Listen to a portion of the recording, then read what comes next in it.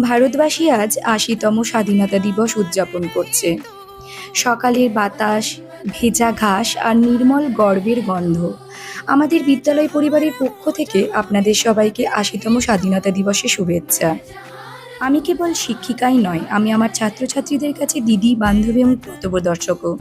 কখনো আমি তাদেরকে সাজিয়ে দিই, তো কখনো তারা আমাকে সাজিয়ে দেয় ফুল, লতাপাতা, স্টিকার দিয়ে। অকপটে তাদেরকে অনুমতি দিই। আমার মতে এতে শিক্ষিকা এবং ছাত্রছাত্রী সম্পর্ক আরও সহজ হয়ে যায়।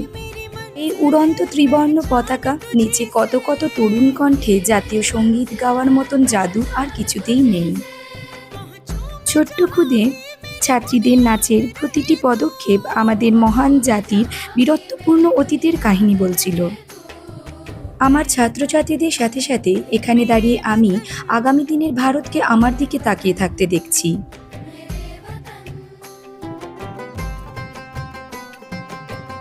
আজ কিন্তু আমি আমার বাড়িতেও তিরঙ্গা লাগিয়ে দিয়েছি। তিরঙ্গা যখন মাছ তুলে ওঠে তখন তা আমাদের জাতির ৮ দশক স্বপ্নকে সঙ্গে নিয়ে সোজা নীল আকাশে উঠে যায়।